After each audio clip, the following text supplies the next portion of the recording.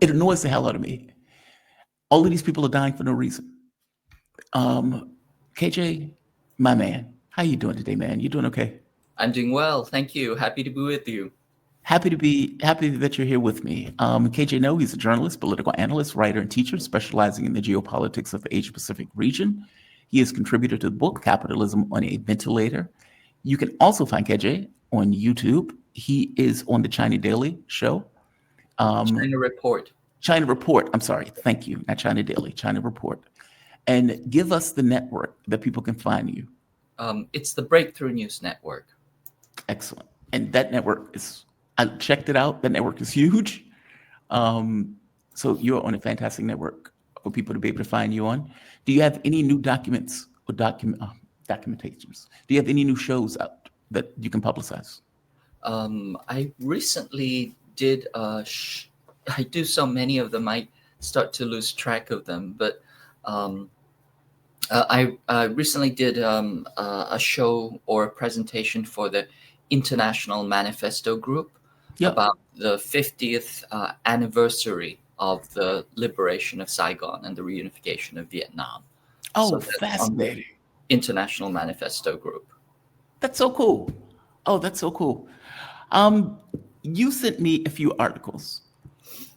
I am fascinated by several of those articles, one in particular. I was watching the video, and the woman pointed out that the United States has started to send personnel into Taiwan to assist with various elements of government. And this is on top of one of the political parties that is more affiliated. I think it's TTP, if I'm not mistaken, but I may be getting the initial.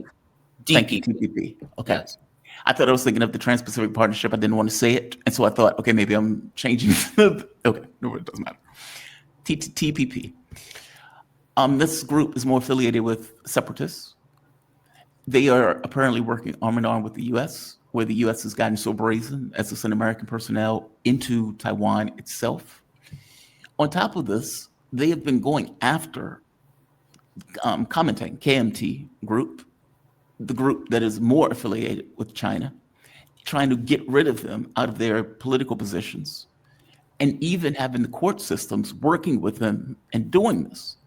Now, the reason why I say this is pretty astonishing is because it fundamentally ignores the one China principle. The notion that the U.S. is sending U.S. personnel into China, which is, again, Taiwan under one China principle is part of China, is astonishing. And the salami slice of that principle seems to be getting more overt and more overt as the U.S. seemingly wants to pivot to China but can't extricate itself out of Ukraine. Give me your take on this. I mean, because this is going in parallel with trade war. And if indeed, I know some people think the trade war is random, but if indeed the trade war is not random, but is to insulate the U.S. from what they consider to be a conflict that is coming up with China in some way, then the fact that they're trying to get rid of the one China policy and creating what is obviously a clear pretext that China has already said is a red line. That's interesting. Those things seem to be happening simultaneously with each other. Go into your analysis of this. Should I be disconnecting these things, or are they connected from your point of view? No, I think they're highly connected. What we're looking right now is a process of the Ukraineization of Taiwan Island. Taiwan is part of China. It's a province of China, and it has been for longer than the international system of recognized nation states has actually existed. But the US has been salami slicing, as you put it, and has been Ukrainizing Taiwan in order to use it as a provocation for war. It's the main place where they're going to trigger a war with China. There are at least 4 other places where they could trigger war, but Taiwan is the one where you are directly yanking on the tail of the tiger. You pull this, you are immediately going to get a reaction. The other places where war could happen are on the Korean Peninsula, because traditionally that has always been the on-ramp onto a land war with China from foreign powers. The other place where it could happen is in the South China Sea, with the Philippines taking the lead. That's because the South China Sea is a major choke point. And so that's where you get to choke China out and see if it will tap out. But the place that is the most in your face, the most direct provocation with China is Taiwan Island, because Taiwan is part of China. And if you weaponize it, if you put troops there, if you put advisors there, if you put in government advisors there, then you have said that you do not respect the national sovereignty and the integrity of China. Your mic is off, Jamal, but No, I was letting you talk. I was just pointing, saying I try not to add in yes, no, like meaning I say stuff in the background to myself, and I realize it translates into mic, and I try not to do that. That's why I cut the mic off. That's okay, just no an problem, no explanation. problem. I didn't But I want was to. agreeing with you. I was saying that is when I heard that, I thought that is outrageous. Can you Well, I mean, imagine the reverse? Like China exactly. putting in personnel in, I don't know, Mexico or New Mexico? That would Not even. be Yes, unheard of. more like New Mexico or Texas or Yeah. California. If you can imagine that China decided that it was going to support California's independence from, secession from the United States, and they put in PLA troops in California and started to give California very, very powerful weapons, and then they decided to place advisors, PLA or Chinese advisors, inside the California legislature and the California government. Would that be considered a hostile act by the US federal government? Absolutely, right? I mean, the US has already gone to war over secession. It has been the most bloody war in American history. But this is what the United States is doing with Taiwan Island. It's essentially Ukrainizing it, turning it into bait and provocation. And what is happening, because the vast majority of people on Taiwan Island, they're not stupid, and they know what happened to Ukraine. They oppose this. The vast majority oppose it with all their, all their conviction. And so now, what the ruling DPP party, and DPP is the U.S. Quisling party, they're trying to take after the LDP in Japan. Essentially, they're the American party. They're the ones that are doing the bidding of the United States. Their vice president was an American citizen. She used to be a Jersey girl. She grew up in the wealthy bedroom suburb of New Jersey. Her mother is American. She was the darling of the Washington neocon circuit until recently. And now she is their vice president. So it doesn't get any closer than that. They celebrate with the NED together. They flaunt their connections to the National Endowment for Democracy. So they are thoroughly an American Quisling party. It's one of the few examples where it's black and it's clear as day and night. Yeah. But what they're doing right now is they know that they are massively opposed in their scheme to trigger war, and to trigger war by declaring de facto secession. So what they're being opposed by the opposition party. Now, recently they lost the legislative elections, so they are the ruling party of the executive, but they are the minority party in the legislature, and so they have been receiving spirited opposition in the legislature from the two opposition parties, the KMT and the TPP. Mm-hmm. What they have done is they have arrested the leader of the TPP, and he has been held in detention without a trial for 6 months, without any clear charges. So this is clearly, dictatorial measures they're taking. Now, the second thing they're doing is, because of this spirited opposition in the legislature, they have decided to recall all the opposition legislators. Essentially, they're doing a legislative coup. They're going to recall all of them. You know, under most circumstances, if you have this problem, what you do is, you dissolve parliament, and then you reinitiate, elections, or you try and negotiate and debate the topics on the merits. But no, they're not doing that. They're doing a mass recall of all their opposition legislators. Can you imagine if the Democrats, having lost the election, decided that they were going to recall all of the Republican, legislators? It would be unthinkable. It would be a constitutional crisis, right? It would be a coup. And this is what's happening right now. And the peculiarity is that it's much, much easier to get a recall than it is to actually win a seat in the parliament. Okay. It's much, much easier. That is to say, you only need you need to pass a petition and get 1% of the eligible voters, and That's then all. yes, 1%. 1% to table the motion, and then after having created the motion, you only actually need 10% of the registered voters in order to recall, a legislator. And so the threshold is really low, and it's kind of a backdoor way of initiating a legislative coup. So that's what's going on right now. Now, what's very, very striking is that last weekend, 500,000 people, we estimate, somewhere in the range of almost between 250,000 to 500,000 people on Taiwan Island went to the streets to denounce this act of what they refer to as a reversion to fascism and dictatorship. Now, Taiwan was a military dictatorship until the 1990s. So anybody who tells you that Taiwan is some kind of model democracy is talking out of their rear end.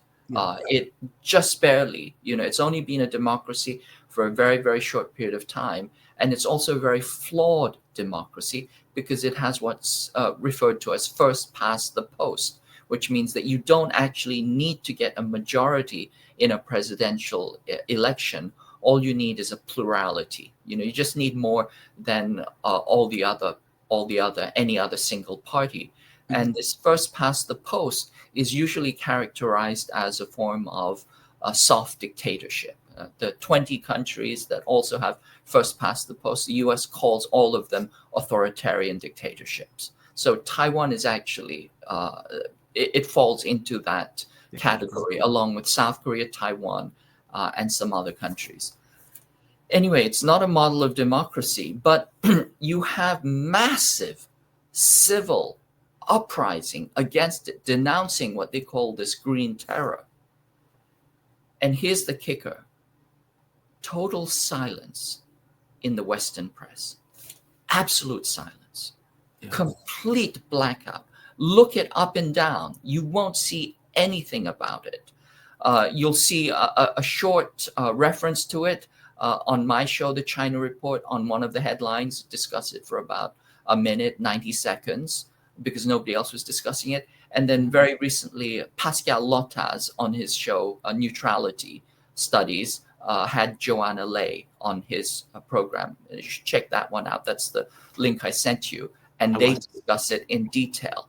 But other than that, there is a complete media blackout, which tells you that the die is cast, that this is a concerted effort. And this is why you know that it's serious. If it weren't serious, you'd be hearing dribs and drabs of it. You'd hear a little bit about it.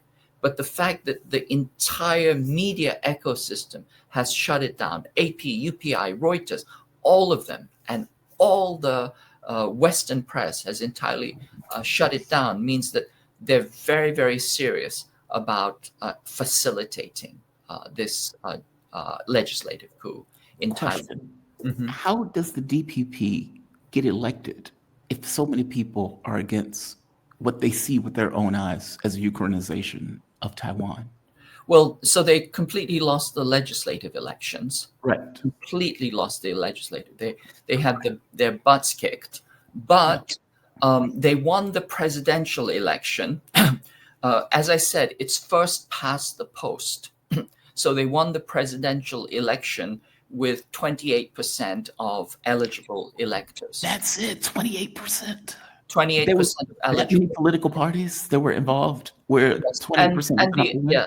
Yes, and the opposition parties, they got split. So there's the KMT and the TPP, and they drew off their own respective, electorate, and that splitting, that divide and conquer, is what allowed the DPP to win the presidential election.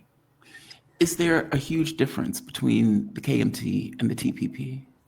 There is a key difference. The most important difference is that the DPP is a separatist party.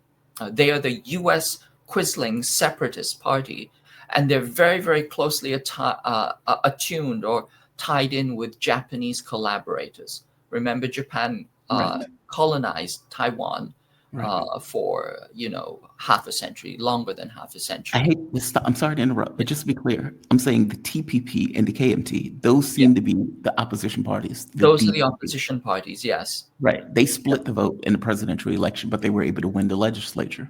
I'm Correct. asking, is there that much of a difference between them politically where they wouldn't work together? Like in France, for example. In France, Mhm. France had 2 rounds of voting. In the first round of voting, Marie Le Pen's party, the National Rally, won. In the second round of voting, they were horse trading in Mhm. order to prevent her from winning the legislature, because most Yes. likely, if they just had a straight vote, they Mhm. would have also won the second round of voting. I'm Mhm. saying if there's an understanding that the DPP is effectively a quisling stalking horse for US interests and even associated with Japanese collaborators, why wouldn't, and maybe this is a stupid question, why wouldn't the TPP and the KMT work together to keep the DPP out of power? Because it's illegal under Taiwanese politics. Okay. And so it's built into the system. This divide and conquer is built Okay. into the system. And that's why the opposition TPP leader, Ko En-jae, is right now sitting in prison because there were allegations that there was horse trading. You cannot do any horse trading. Interesting.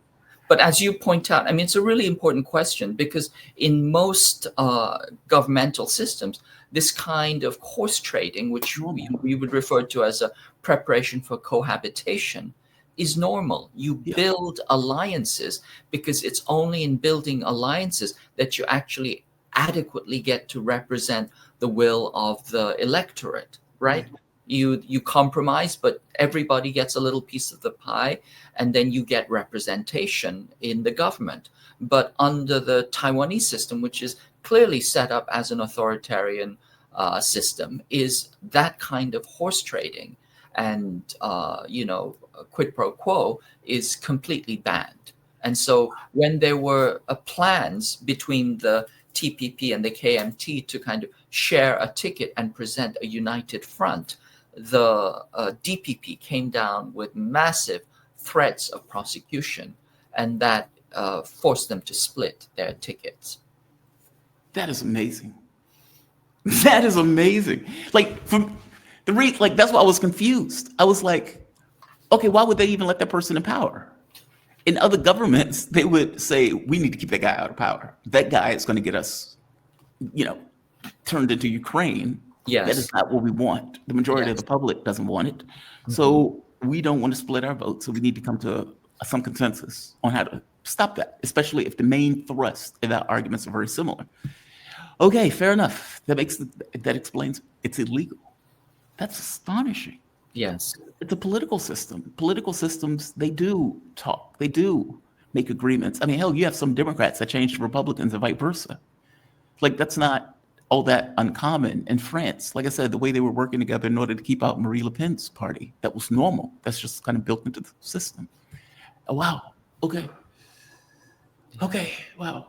So don't let anybody tell you that Taiwan is some kind of model democracy. As I said, first past the post, authoritarian system prevents any kind of alliance building upon opposition, it is completely screwed from top to bottom. They also have a kind of a de facto poll tax where uh, um, absentee voting is not allowed. You cannot mail in a vote. So you have to go back to where you live physically and vote. And what that does is it prevents anybody who lives also on the mainland or works on the mainland or has residency on the mainland, prevents them from voting in the Taiwan election. And it's only people who own residences. It's tied to residence, not your declared place of residence, but it's actually tied to real property. What real estate do you own? That is the way that you get your voting rights. And so it has so many barriers that are designed to um, empower the wealthy real estate owning class. And so, for example, if you're from another place and you're renting, it's hard to get your hoku. This is your residence permit. It's hard to get your hoku that allows you to vote in that area. And so then you Wait, have just so I'm clear. I'm sorry. So if I owned an apartment, I wouldn't be able to vote in the yeah. election? What happens is that you can try and register. If you're a renter, you can try and register yourself as having Okay. residence. But what will happen is that the landlord will charge you extra. And so the question is, are you willing to pay extra to be allowed to register to vote? So What? yes, this is pretty common practice. If you own real estate, then you just simply register, you can vote. But if you're a renter, the assumption is that, maybe you also have, residence somewhere else. And therefore, you kind of have to pay a poll tax to the landlord in order to be able to be certified to register as a resident of that area. So yeah, it's a poll tax. It functions like a poll tax. Yeah. Wow. KJ, one last question before I let you go. Do you see this? Is the Trump administration effectively trying to provoke what they know would be a red line? I mean, China has on more than one occasion surrounded Taiwan to make the point, don't mess with us. We're serious about this. This is a red line. This is national integrity. In the same way that we would consider Hawaii national integrity. Like, this is not separate from us. I don't care what they say. If you didn't touch it, we wouldn't be this aggressive. But the fact that you're trying to effectively take it from us, this is a no. And so the fact that they're putting in American personnel, when I heard that, my first thought was, okay, so they don't care about the one China policy. They're literally trying to provoke a war that they know the Chinese would get involved in. How is China going to deal with this? And can they deal with it in a way that's not militarily? Okay, so two questions there. Mhm. Is the United States trying to provoke? Is the US trying to Ukrainize Taiwan? Most certainly, yes. This became very clear when the US passed the Taiwan Enhanced Resiliency Act in the NDAA. Right. So that's very clear. That provision, that legislation creates provisions to audit Taiwan's military, to sell very specific types of weapons, to expedite the transition of weapons to Taiwan Island. It also creates provisions to place U.S. citizens inside Taiwan's legislature. That's Inside outrageous. Taiwan's government, right? Like, how is that possible? How does a sovereign state allow that? Or how That's does outrageous. Yeah. outrageous, right? Can you imagine if the Chinese, National Congress passed a law saying that Chinese citizens had to be placed inside, the California government? It That's would be outrageous. absurd, right? Yeah. But then the Taiwanese have all have facilitated this, right? So the extraordinary problems with that. But we know that this Ukrainization issue process has been happening for a very long time now. So that's the first. That's the first move. And then the second move that that it is really, really serious is that Elbridge Colby, who is, deep state insider, Right. he wrote a book called Strategy of Denial. And he was responsible for the 2018 National Defense Strategy, where he designated China as the official enemy. So, this is the guy who, literally put it on paper. China is the official enemy. China and Russia are the official enemy. Before that, there was a kind of, we're competing with them, blah, blah, blah. But it wasn't black and white. Elbridge Colby put that into writing. And he wrote this book called Strategy of Denial. And, it's a long and wonkish book. But essentially, it boils down to we have to go to war with China. And Taiwan is where this war is going to happen. Okay. Now, what is he proposing there? He's saying that essentially we need to turn Taiwan into an arms depot like Ukraine, and then what we're going to do is we're going to wrong foot China so that it looks like China is the bad in this situation, and then we're going to bring all of our allies and wage war against China. And it's really interesting. You can watch Elbridge Colby. He has a lot of debates with a guy called Dr. Lyle Goldstein. And Dr. Lyle Goldstein is a professor at the US Naval War College. And he knows Taiwan backwards and forwards. He is an expert. I mean, he's at the Naval War College. So he's an expert on war with Taiwan. And he essentially says, don't even go there. Don't even think about waging war with China over Taiwan, because there is no way we can win this war. Taiwan would be wiped out completely. But if you watch those debates between Colby and Goldstein, essentially, Colby says Taiwan has to be part of the US defense perimeter. We have to have it inside our umbrella because China has expansionist ambitions, and Taiwan Island is the first domino. It's a trampoline for Chinese domination of the world. If we don't stop them there, then they'll be in New Mexico next thing you know.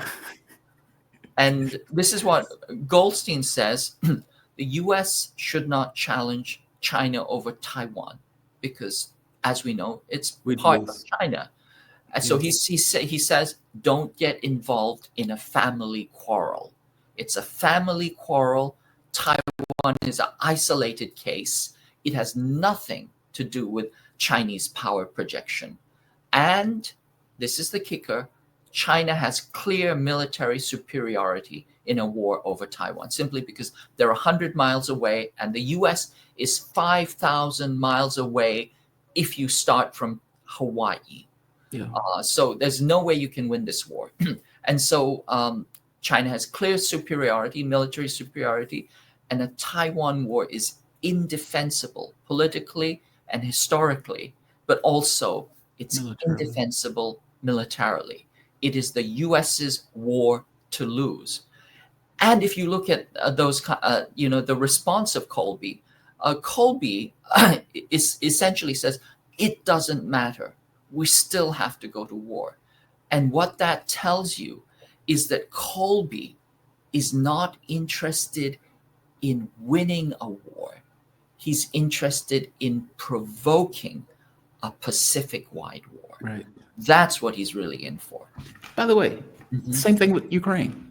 Yeah. I would tell you, there was some reporting that came out where it basically pointed out, I don't have the article, I can't remember what the article was, but I distinctly remember it because I was like, wow, that's amazing that they're saying this openly. That Joe Biden, and you could see it in the way that the Ukraine war was taking place. Joe Biden never intended for Ukraine to win the war because Joe Biden understood that it was existential from the Russian perspective. And if Russia was in a position where they needed to go just bananas, then they would have went bananas in a way that would have been catastrophic and that would have been unpredictable from the standpoint of the US. So the US was always, okay, we'll give you this. And they'll wait. And when it became ineffective, we'll give you this. Meaning there was always partitioning out weapons to Ukraine in these kind of Yes. minute ways just to keep it going, not Yes. to win it. Just we want to keep it bubbling. We want to drain the Russians. We want to, if Ukraine is just so happened got to the point where they might have been able to win, okay, fair enough, God bless. But I think they suspected more the economic damage would have taken toll more, and the Russian military would have lost, let's say, on the battlefield in a way where they couldn't have justified going bananas. And so they pointed out that there were back channel communications between the Biden administration and the Russians, so they understood each other about where were their red lines. And the U.S. didn't necessarily want to hit one of those red lines. And you think to that, you're like, okay, so you sent Ukrainians to the meat shipper knowingly. And that's effectively what Cobley is saying about Taiwan. Whether we win or not is irrelevant. Yes. But dude, you're going to get all those people killed. He knows that the war is not winnable, but it's exactly, the analogy with Ukraine is precise. It's exactly what that's in the process of becoming a Ukraine. And as you point out, the Ukraine war was designed to bleed out Russia and to give it a strategic defeat, and not simply militarily, but the idea was that they were going to damage it economically and politically, right? Yeah. You're going to damage it politically, essentially undermine the Russian political system to the point that, they have to completely change, and Putin gets kicked out. That's the idea. And so you're absolutely correct. It was a very, very calibrated process. It's like, when you're cooking, you put something and you put it on a slow boil. You don't want it to boil over and put out the fire. Right. But you want it to continually keep it at a slow boil that's just below the threshold of boiling over. So it was very deliberately calculated and calibrated and continuous ongoing. More weapons, even weapons that you said were red line, you just keep adding more and more weapons. You say that, hitting inside Russia is a red line, then you hit inside Russia, and then, all the foreign troops, etc. It's this continuous calibration where you want to keep it at a rolling boil and do as much damage as possible. And the same thing is being set up for Taiwan Island. Wow. KJ, as always, fantastic breakdown. You are awesome, man. And the audience loves you. We're up to 720 people. I mean, mind you, the show has been going on for 4 hours, so I'm a bit dragging ass, but still.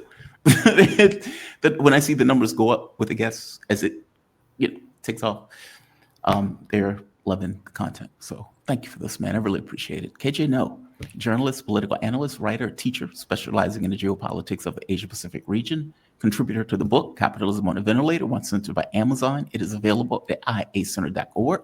You can find him on the China Report on the Breakthrough News Network. Thank you for this, man. I really do appreciate it, KJ. Thank you. Pleasure to be with you.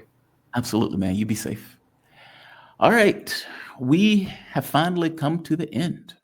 We've finally come to the